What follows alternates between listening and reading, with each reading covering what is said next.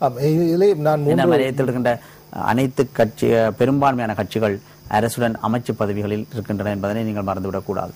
நான் 3 பிரிவுகளை நான் கூறினேன். வழக்கு தாக்கல் செய்யப்படாதவர்கள் நேரடியாக விடுதலை செய்யப்படலாம் மற்றும் சட்டமாதிபர் திணைக்களத்திலே கோவைகளோடு இருக்கின்ற நபர்களை அவர்களுக்கு எதிராக வழக்கு தாக்கல் செய்வதில்லை என்று கூறி அவர்களை விடுதலை செய்யலாம். மேல் நீதிமன்றத்திலே வழக்கு தாக்கல் செய்யப்பட்டவர்களை அவர்கள் குற்றத்தை ஒப்புக்கொள்ள வைத்து ஜனாதிபதி அவர்கள் ஊடாக பொது மன்னிப்பு வழங்கி அவர்களை விடுதலை செய்யலாம். 4வது பிரிவினர்கள் ஏற்கனவே குற்றவாளிகளாக காணப்பட்டு வருடக்கணக்கிலே சிறையில் வாடிக்கொண்டிருப்பவர்கள். குறைந்தது நான் நினைக்கின்றேன் எனக்கு அறிந்த அளவிலே ஒரு சிங்கராஜ என்பவருக்கு 40 வருடங்கள் சிறை தண்டனை கிடைத்தது. பின்னர் திரு கணேசலிங்கம் அவர்கள் அதனை மேன்முறையீடு செய்து அவருடைய அந்த காலத்தை குறைத்திருந்தார். நான் நினைக்கிறேன் தற்போது அவர் 25 வருடங்கள் சிறைவாசம் கொடுக்கப்பட்டிருக்கின்றது அவருக்கு. ஆகவே இவ்வாறானவர்களை பொது மன்னிப்பு என்ற பெயரிலே விடுதலை செய்யலாம். இதற்கு பூரண அதிகாரம் ஜனாதிபதி அவர்களுக்கு இருக்கின்றது. ஏன் நான் கூறுகின்றேன் என்றால் இப்பொழுது யுத்தம் இல்லை. யுத்தம் இல்லாத காலகட்டத்தில் இவ்வாறான விடயங்களை செய்கின்ற பொழுது அது அவருக்கு ஒரு புண்ணியத்தினையும் சேர்த்துக் கொள்ளும். அடுத்தது இந்த கேட்கப்பட்ட கேள்விகள் கூட நாங்கள் நிகழ்ச்சி ஆரம்பித்த காலகட்டத்திலிருந்து நாம் கலையத்தில் இருக்கின்ற தயாரிப்பாளர் சசிகலாவிடம் கேட்டுக்கொண்டிருக்கின்றோம். எனக்கு துரைரட்னம் சிங்கம் அவர்களின் உரையை போடும்படி எனக்கு அவர் தயாராக வைத்திருக்கிறார் என்று இருக்கின்ற காரணத்தினால் இந்த நிகழ்விலே கலந்து கொள்ள வேண்டும் என்றொரு ஆதங்கத்தோடு இங்கு சமமளித்திருந்தேன். விடுதலை இயக்கங்களை பொறுத்தளவிலே எங்களுடைய விடுதலை போராட்ட நிகழ்வுகள் நாங்கள் மேற்கொண்ட 30 வருடத்துக்கு மேற்பட்ட அஹிம்சை போராட்டங்கள் தோல்வி அடைந்ததன் காரணம்தான் அந்த விடுதலை வேட்கை எங்களுடைய இளைஞர் மட்டத்திலே ஏற்பட்டது. சிறப்பாக வட்டுக்கோட்டை பிரகடனத்தின் பிற்பாடு எங்களுடைய இளைஞர் மத்தியிலே எங்களுடைய அரசியல் தலைமைகள் ஏமாற்றப்பட்டு விட்டார்கள், வஞ்சிக்கப்பட்டு விட்டார்கள். இந்த நாட்டிலே உள்ள பேரினவாத அரசியல் சக்திகளுக்கு, அரசியல் தலைமைகளுக்கு நாங்கள் சாத்திக முறையிலேயோ அஹிம்சை முறையிலேயோ போராட்டங்களை நடத்தியோ பேச்சுவார்த்தைகளை நடத்தியோ எந்த விதமான பலனும் ஏற்பட போவதில்லை. இது எங்களுடைய அரசியல் தலைமைகள் 30 வருட காலமாக கண்ட ஒரு அனுபவம். இதிலிருந்து நாங்கள் வேறொரு பாதையில் பயணிக்க வேண்டும் என்ற ஒரு உத்வேகம் ஏற்பட்டது. அது தவிர்க்க முடியாத ஒன்று. தந்தை செல்வா அவர்கள் வட்டுக்கோட்டை பிரகடனத்தை செய்ததன் பிற்பாடும் அவரிடத்தில் ஒரு பதட்ட நிலைமை இருந்தது. நான் அந்த பிரகடனத்தை செய்தது சரியா, எனக்கு ஒரு மனதுக்கு சங்கடமாக இருக்கின்றது. இருந்தால் அவர் தீர்க்கதரிசி, அவர் பிற்பாடு நடக்க போகின்ற விளைவுகளை அந்த நேரத்தில் அவர் சிந்தித்திருக்க வேண்டும். அந்த ரீதியிலே அவர் சஞ்சலப்பட்டுக் கொண்டிருந்தார். எங்களுடைய தலைவர் ஐயா சம்பந்தனிடத்தில் கூட, சாம், நான் எப்படி ஒரு தீர்மானத்தை கொண்டு வந்து விட்டேன், எனக்கு மனதுக்கு மிகவும் சங்கடமாக இருக்கின்றது, இது ஒரு பாரிய விளைவுகளை எங்களுடைய நாட்டிலே ஏற்படுத்த போகின்றது என்ற ஒரு அச்சம் எனக்கு இருக்கின்றது என்று அவர் ஆதங்கப்பட்டுக் கொண்ட சம்பவங்களை சம்பந்தன் ஐயாவும் பலமுறை இடத்திலே கலந்திருக்கின்றார். இந்த ரீதியிலே என்னுடைய இளைஞர்கள் பல விடுதலை போராட்ட இயக்கங்களாக இருந்தாலும் அவர்கள் ஒரு லட்சியம், ஒரு குறிக்கோளோடு அவர்கள் பயணித்தவர்கள். உதாரணமாக கொழும்புக்கு செல்ல வேண்டும் என்றால் அவர்கள் ஏறிய பஸ் போட்டான் வேறு பேர்பறகை, ஆனால் அவர் செல்ல வேண்டிய இடம் குடும்பத்தான் இருந்தது.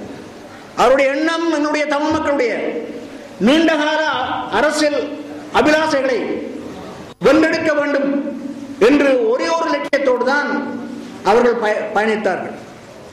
ஆனால் எங்களுடைய நாட்டிலே இருக்கின்ற பேரினவாத அரசியல் சக்திகளும் பல அரசியல் சக்திகளும் தேர்ந்து இவர்களுக்கு இடையிலே கருத்து முரண்பாடுகளையும் ஒற்றுமை இனத்தையும் ஏற்படுத்தியதும் இந்த வகையிலே ஒரு முக்கியமான விடயம் என்று சொன்னால், நான் அதில் உண்மையில் எமது தயாரிப்பாளர் சசியிடம் கூறினேன், எடிட் பண்ணி வைக்க சொல்லி. உண்மையில் அவருடைய 15 நிமிட ஸ்பீச்சையும் அவர் அப்படியே போட்டு விட்டார் தனக்கு வேலையிலே சென்ற வழியினால். உண்மையில் நாங்கள் அதில் உண்மையில் 15 நிமிடம் போடுகின்ற பொழுது 7 மணி ஆகிவிடும். அதில் முக்கியமான விடயத்தை பார்த்தீர்கள் என்றால் கிருஷ்ணா அவர்களே, தற்பொழுது துரைரட்னம் சிங்கம் அவர்கள், நான் நினைக்கிறேன் திருவண்ணாமலை மாவட்ட பாராளுமன்ற உறுப்பினர், அவர் திருவண்ணாமலை மாவட்ட தமிழ் தேசிய கூட்டமைப்பின் பாராளுமன்ற உறுப்பினர், இவர் உரையாற்றி இருக்கிறார்.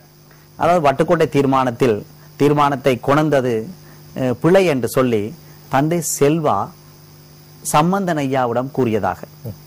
சம்பந்தன் ஐயாவுடன் நெருங்கி பிளங்குகின்ற ஒரு ஆளாகத்தான் துரைரட்ன சிங்கம் கடந்த பாராளுமன்றத்திலே காணப்பட்டார். தற்பொழுது சுமந்திரன் அவர்கள் காணப்படுவது போன்று அதே பாணியைத்தான் இந்த துரைரட்ன சிங்கம் அவர்கள் சம்பந்தன் ஐயாவுடன் இருந்தார். அவர் எழும்பி செல்கின்ற பொழுது பாராளுமன்றத்தில் எழும்பி செல்வது அப்படி இருந்தவர். ஆனால் இன்று அவர் கூறுகிற கருத்தை பாருங்கள். செல்வநாயகம் அவர்கள் வட்டுக்கோட்டை தீர்மானத்தை எடுத்துவிட்டு தீர்மானித்த சரியான்று. இதை நான் உண்மையிலே வவுனியாவில் சந்தித்த பொழுது வினோதலிங்கம் அவர்களிடம் கேட்டபொழுது அவரும் அதில் இருக்கிறார். நாங்கள் அடுத்து வருகின்ற மின்னலே நான் வினோதலிங்கத்தையும் காட்ட முடியும். வினோதலிங்கம் கேட்கிறார், அப்படி அவர் பேசினாரா? ஐயோ இங்கேப்பா, நானும் முதலான இருந்தான், எனக்கு தெரியலையே, நான் நினைக்கல அவர் அப்படி பேசியிருப்பார் என்று. உண்மையில் வினோதலிங்கம் இதை பேச்சை கவனிக்கவில்லையா, அல்லது இந்த விடயத்தை வெளியில் சொன்னால் தனக்கு அடுத்த முறை நாமினேஷன் கிடைக்காது என்று பயப்படுறாரா என்று எனக்கு தெரியவில்லை. இதுதான் தமிழின் நிலைமை என்று பாருங்கள். தந்தை செல்வாவை கடவுள் தலைவனாக மதிக்கிறார்கள். சேர்பொன் ராமநாதன் அவர்களை போன்ற அல்ல, சேர்பொன் ராமநாதன் அவர்களை போன்ற அல்ல இவரை மதிப்பது. ஒரு காலகட்டத்திலே கள்ளுக்கோட்டில் இருக்கின்ற ராமநாதன் கூட சேர்பொன் ராமநாதன் போன்ற பெருமைப்பட்ட காலம் உண்டு. 20களிலே 30களிலே 1930களிலே அவர் கள்ளுக்கோட்டில் வைத்திருந்தாலும் ராமநாதன் என்று சொன்னால் பெருமை என்று. ஆனால் இன்று செல்வநாயகம் என்பவர் ஒவ்வொரு பிறந்தவன் கரங்களிலும் அவரை ஒரு தீர்க்கதரிசியாக சிறந்த தலைவனாக பார்க்கிறார்கள். ஆனால் இந்த துரைரட்னம் சிங்கம் அவர்கள் கூறுகிறார், அவர் முடிவை எடுத்து போட்டு சொன்னாராம், பிழையென்று யோசித்தாராம், எடுத்த முடிவு சரியென்று சிந்தித்தாராம், பிழையென்றும் சிந்தித்தாராம், தளம்பல் இருந்ததாம், தடுமாறினாராம். ஆனால் இவருக்கு ஒரு விடயத்தை நாங்கள் கொண்டு வர இருக்கிறோம். ராஜவரோதய சம்பந்தன் அவர்கள், பாராளுமன்றம் செல்வநாயகம் அவர்கள் ஆரம்ப காலகட்டத்தில் இருக்கின்ற பொழுது அங்கு அவர்கள் பாராளுமன்றத்தில் இருக்கவில்லை என்பதனையும், அப்பொழுது திருவோணமலையில் யார் பிரதானமான அரசியல்வாதி என்பதனையும், அமுதலிங்கம் அவர்களுக்கும் சம்பந்தன் அவர்களுக்கும் இடையில தான் நெருங்கிய உறவு இருந்தது என்பதனையும், அமுதலிங்கம் சம்பந்தன் சிவசிதம்பரம் என்பதுதான் அந்த தலைமையில் ஒரு ஒற்றுமை இருந்ததை ஒழிய செல்வநாயகம் என்பவர்கள் இவர்களுக்கெல்லாம் மேலான தந்தை ஜிஜி பொன்னம்பலம் செல்வநாயகம் அவர்கள் ஒரே மட்டத்தில் குறிப்பிடப்பட்டவர்கள். தயவு செய்து நீங்கள் அரசு தருகின்ற எதையும் ஏற்றுக்கொள்ளுங்கள், அதில் எந்த பிரச்சனையும் தமிழ் தேசிய கூட்டமைப்பின் முடிவாக இருக்கட்டும். ஆனால் செல்வநாயகத்தை கொச்சைப்படுத்தாதீர்கள். இது உண்மையில் மின்னல் சார்பாக உங்களுக்கு தருகின்ற ஒரு அறிவுறுத்தல் என்பதற்கும் மத்தியிலே நீங்கள் என்னத்தையும் செய்யுங்கள். அதற்காக ஒரு இறந்தவரை சாட்சியாக வைத்து உங்களுடைய அரசியல் வியாபாரத்தை செய்யாதீர்கள். செல்வநாயகம் அவர்கள் உண்மையில் ஒரு கிறிஸ்தவ இனத்தைச் சேர்ந்தவர். ஆனால் மத வேற்றுமையற்று தமிழ் மக்கள் ஏற்றுக்கொண்டவர்கள் அவர்களை தலைமையாய். இதைவிட அவர் ஒரு கிறிஸ்தவன் என்பதனால் அவர் புதைக்கப்பட வேண்டும். புதைத்திருந்தால் துரைரட்னம் சிங்கம் அவர்களே, நாங்கள் இன்று தோண்டியும் கேட்டிருப்போம், தோண்டி எடுத்து கேட்டிருப்போம்.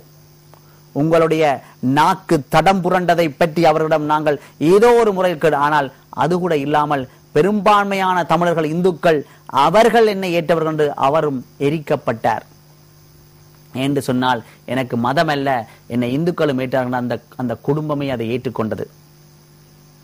அப்படிப்பட்டவரை உங்களுடைய அரசியல் சுயலாபங்களுக்காக சம்பந்தனியாவிடம் சொன்னார், சம்பந்தனியாவிடம் செல்வநாயகம் சொன்னார் என்று ஆதாரமிட்டு பேசாதீர்கள். செல்வநாயகம் அவர்கள் எழுதிய புத்தகத்தில் இருக்கிறதா? செல்வநாயகம் அவர்கள் இப்படி பாராளுமன்றத்தில் பேசியிருக்கிறார்களா? பேசாத விடயங்களை பேசியதாக ஒருவர் இறந்த பின்பு பேசாதீர்கள். நீங்கள் போற போக்கிலே சொல்லுவீர்கள், பிரபாகரன் அவர்கள் சொன்னார் சம்பந்தனியாவுடன் சந்திக்கின்ற பொழுது, தமிழீழத்தை நான் ஏன் கேட்டேன், நான் உண்மையில் அதை கேட்கவில்லை, நான் கேட்பது முழுக மன்னார் ஜிஐஏ தமிழாவும் வவுனியா ஜிஐஏ தமிழாவும் போட்டா காணும் என்றுதான் நான் கேட்கிறேன், ஆனா ஏதோ துவங்கிட்டேன். இப்படித்தான் நீங்கள் இன்னொரு காலம் போக விட்டு பேசுவீர்கள். இன்னும் கொஞ்சம் காலம் புகவிட்டி துரட்டம் சிங்கம் அவர்களோ சம்பந்தன் சொன்னார் என்று சொல்லுவார். பிரபாகரனே சொன்னார், எங்களுக்கு வவுனியால தமிழ்ஜியே இருந்தா காணும் என்று.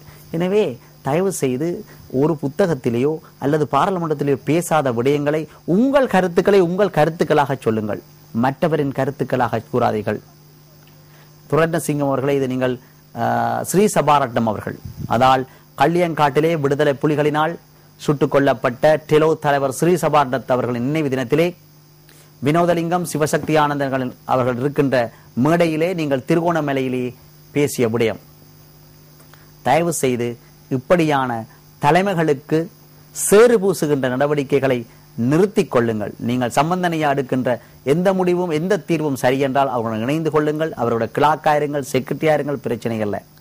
ஆனால் பெருந்தலைவர்களை துரோகிகளாக்கும் நடவடிக்கைகளை நீங்கள் சம்பந்தனையாவையும் அவர் சொன்ன விடயங்களாக இருக்கலாம், தயவு செய்து மக்களுக்கு பிழையான வகையை திருப்பாது என்று கூறிக்கொண்டு அடுத்தாக கிருஷ்ணா அவர்கள் உங்களுடைய இன்னொரு முக்கியமான விடயத்துக்கு வருகிறோம்.